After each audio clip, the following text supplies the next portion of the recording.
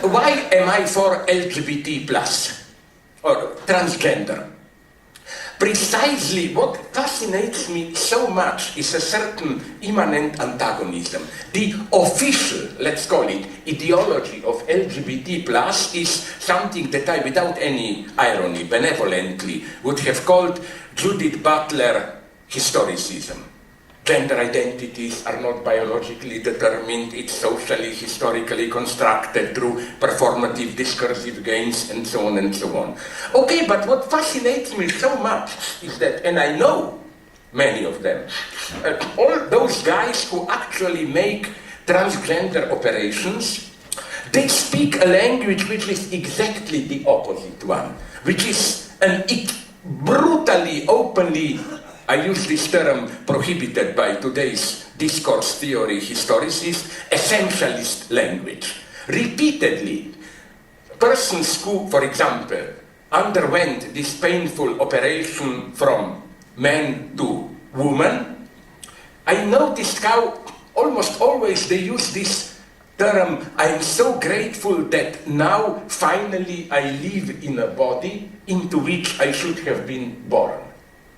The language they speak is one of pure essentialism, in the sense of it is as if there is a basic sexual orientation inscribed into my, whatever we call it, soul, but there was just in my birth an ontological mistake, as it were, I was born in a wrong sex. Now, I don't think this is simply ideology. That's crucial. I think that precisely the reference to psychoanalysis, German idealism, and so on, allows us to explain in a materialist way how something which is contingent can nonetheless be experienced as your predestination, as a necessity. As we learned from Freud or from great German idealists, your truly free decisions are not conscious decisions. Your conscious decisions are rather superficial. You are, am I doing something wrong? No. I thought you are, I felt like Khrushchev on Crimea when Brezhnev was making a plan to depose me. Sorry. Let me go quickly on it. What I want to say is that just, if this sounds to you something abstract and so on, allow me to use my eternal old examples. Isn't it that the highest free acts are precisely always experienced as necessity? For example, let's say your country is occupied, you have to join resistance. You do it because you feel that you would betray yourself not doing it. It's not a choice in the sense of strawberry cake or vanilla cake or whatever. It's, I do it because I cannot do it otherwise. Or, a more pathetic example, think about love. You fall in love. You never fall in love. In the sense of, I'm looking around, nice lady or nice man here, there, let me make a choice. No, all of a sudden you realize that you are in love. The decision is never made in the present time. And what I'm saying is that this LGBT essentialism makes this clear.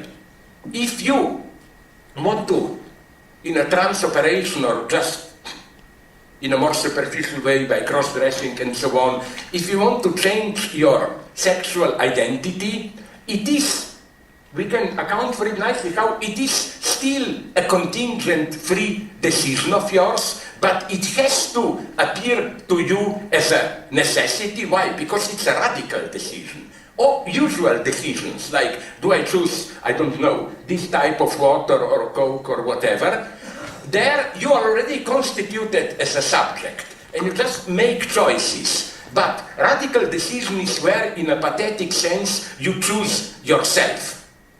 And again, that's all I'm trying to do. What I don't buy in the usual LGBT plus ideology is this happy free-floating identities, you know, like I can be multiple identities. Today I'm gay, tomorrow I'm heterosexual, then I jump here and there and so on and so on.